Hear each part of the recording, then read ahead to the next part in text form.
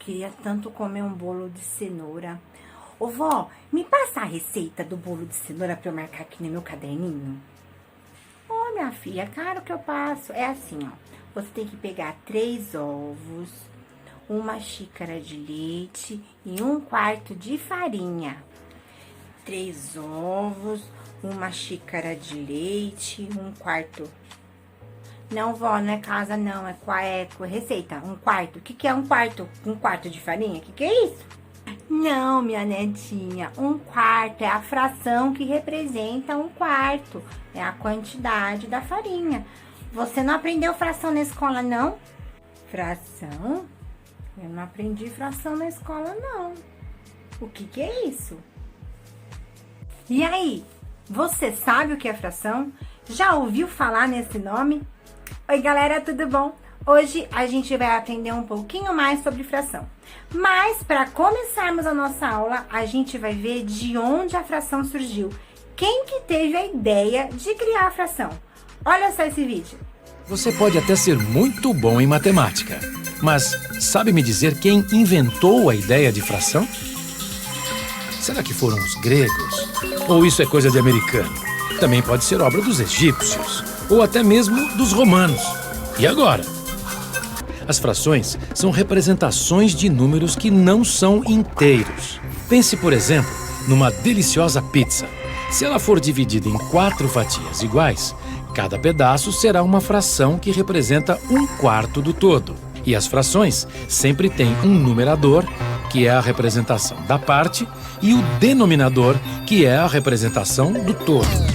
E aí, conseguiu descobrir quem foram os primeiros a pensar nisso? Acertou quem respondeu que a ideia de fração matemática foi inventada pelos egípcios. Aliás, eles eram verdadeiros gênios nesta matéria e também mandavam bem na trigonometria, geometria, equações lineares e muito mais. Só assim para construir aquele monte de pirâmide. Diz a lenda que as frações foram trazidas pelo rio Nilo. Mas como assim? É que na época das cheias, as águas faziam a maior bagunça, levando embora as cercas das plantações. Muito espertinhos, os egípcios mediam o tamanho de cada propriedade antes da enchente. Mas naquela época, não existia régua, não. O costume era contar quantas vezes uma corda poderia ser estirada nos limites do terreno. Como nem sempre cabia um número exato de cordas, ela era fracionada em diferentes pedaços menores, ou seja, as frações. Assim, na hora da reconstrução da cerca, nenhum engraçadinho avançava no terreno ao lado. Viram só de onde surgiu a fração? Entenderam o que é fração? Então, peraí que eu vou te ajudar. Fração é a representação de uma parte de uma coisa inteira. Se eu tenho algum valor inteiro, eu consigo representar as partes dessa quantidade, as partes desse valor, usando uma fração. Quando eu tenho algum valor inteiro, uma quantidade cheia, uma quantidade total, e eu quero representar pequenos pedacinhos desse total grandão, eu uso a fração. Eu vou explicar para vocês com um exemplo muito fácil. Eu vou usar uma mexerica. Vocês gostam de mexerica? Essa aqui é pequenininha. A mexerica é uma fruta inteira. Mas se a gente abrir a mexerica, o que tem dentro dela? Tem várias partezinhas que formam a mexerica inteira. Cada gominho que tem a mexerica forma um inteiro, forma uma mexerica toda. Olha só o que eu vou te explicar. Olha só. A mexerica que eu mostrei pra vocês, tá aqui ela inteira. Dentro dela, eu tenho gominhos. Vamos ver quantos gominhos eu tenho na minha mexerica? 1, 2, 3, 4, 5, 6, 7, 8, 9, 10. Nós temos 10 gominhos. Cada gominho representa uma parte da mexerica. Se eu for representar esses gominhos em fração, eu falo que eu tenho 10 sobre 10, porque é uma mexerica inteira, certo? E para representar a parte dela, como que eu faço? Se eu pegar um gominho da mexerica, se eu comer um gominho, que fração representa esse um gominho? 1 de 10, 1/10. E se eu pegar 3 gominhos? 3 de 10, 3/10. Peguei 3 partes do meu inteiro. Deu para entender? E se eu tirar mais 2 gominhos? Que fração representa os gominhos que sobraram? Eu tenho 5 gominhos. 5 de 10, 5/10. sempre tenho que prestar atenção no meu inteiro. O que tinha a minha mexerica antes? 10 gominhos, certo? Cada gominho da mexerica representa uma parte dela. E vocês perceberam que eles são iguais? Porque para fazer uma fração, nós precisamos dividir o inteiro sempre em partes iguais. 10 décimos. Viram só? Cada gominho da mexerica representa uma parte da fruta, que se eu juntar todas, eu vou ter uma fruta inteira. Essa é a função da fração. Indicar as partes que formam um todo, as partes que formam um inteiro. Mas como que eu represento a fração? Como que eu escrevo uma fração? Eu vou explicar. A fração é formada por dois números, um que fica em cima e um que fica embaixo. O número que fica em cima, nós chamamos de numerador. É o número que indica as partes que eu estou me referindo. E o número que fica embaixo é o denominador. É o número que indica em quantas partes eu dividi o meu inteiro. A mexerica não tinha 10 gominhos? Então, o total de partes que formam o meu inteiro é 10, certo? Quando eu vou indicar quantas partes eu comi, quantas partes eu usei, quantas partes eu pintei em alguma fração, eu coloco em cima. Então, em cima, eu vou usar sempre para representar as partes que eu estou me referindo. E embaixo da fração é sempre o total de partes que eu estou dividindo o meu inteiro. E sempre que eu for ler a fração, eu tenho que ler de uma maneira diferente. Vocês lembram que a gente aprendeu em português os numerais? Lembram dos numerais fracionários? Chegou a hora de pôr em prática. Sempre que a gente for ler uma fração, nós temos que ler da seguinte maneira. O número de cima, ó, 2/6, certo? O número de cima, você vai sempre ler igual. Como o número é mesmo, 2, 3, 10, 15, normal. O número de baixo, o denominador, vai depender do número. Se for 2, a gente fala meio. Se for 3, terço. 4, quarto. 5, quinto. 6, sexto. 7, sétimo. 8, oitavo. 9, nono. 10, décimos. Mas na próxima aula eu explico mais sobre isso, combinado? Hoje eu quero que vocês só entendam como que a gente consegue representar uma fração, para que ela serve. Olha só esses exemplos e vamos tentar fazer juntos para ver se você entendeu. Olha só, esse exemplo aqui eu usei barrinhas de madeira. Vamos fingir que eu montei uma torre. Quantas pecinhas iguais eu usei? Vamos contar? 1, 2, 3, 4, 5, 6. As pecinhas são iguais, mas as cores são diferentes. Com essas pecinhas eu consigo fazer várias frações, porque eu posso identificar partes diferentes do meu inteiro. Se eu for olhar as pecinhas da cor azul, que fração que eu posso fazer que represente as pecinhas da cor azul? Quantas pecinhas azuis eu tenho? 2 pecinhas. E quantas peças no total eu tenho? 1, 2, 3, 4, 5, 6. Então, no total de 6 pecinhas, 2 são azuis. E agora com as pecinhas amarelas? Quantas são amarelas? 3. 3 pecinhas amarelas, num total de 6 pecinhas. E as verdes? Quantas verdes eu tenho? Uma só. Então, é 1 sobre 6. Eu olho sempre o valor que eu quero representar e o total de partes iguais que o meu inteiro foi dividido. A minha torre inteira tem 6 pecinhas. E cada parte da minha torre eu consegui diferenciar pelas cores, certo? Igual nós fizemos, ó. Nós vimos que tem 2 pecinhas azuis, num total de 6. Nós vimos 3 pecinhas amarelas, em um total de 6. E depois, nós vimos que tem uma pecinha verde, num total de 6. Isso é fração, partes de um inteiro. Vamos mais um exemplo. Olha lá, eu tenho uma outra torre com outras cores, certo? Quantos bloquinhos eu usei nessa torre? 1, 2, 3, 4, 5, 6, 7. Então, o meu inteiro tem 7 bloquinhos. Desses bloquinhos, quantos são verdes? 1. 1 de 7. Um bloquinho de 7. E amarelos? 2 bloquinhos amarelos e um total de 7. Muito bem. E azuis? Também 2 num total de 7. E vermelho? Fácil. Também 2 no total de 7. verde 1/7, amarelo 2/7, azul também 2/7 e vermelho 2/7. Vocês perceberam? Eu consegui identificar partes de um inteiro observando as cores que eles têm: verdes, amarelos, azuis e vermelhos. Um outro exemplo agora. Esse exemplo tá lá na página 227. Mostra que um menino construiu uma torre usando palitos e bolinhas, certo? Ele construiu a torre usando 9 bolinhas. A gente vai perceber que eu consigo fazer uma fração a partir de um grupo de elementos. Eu posso pegar elementos iguais e classificá-los em fração.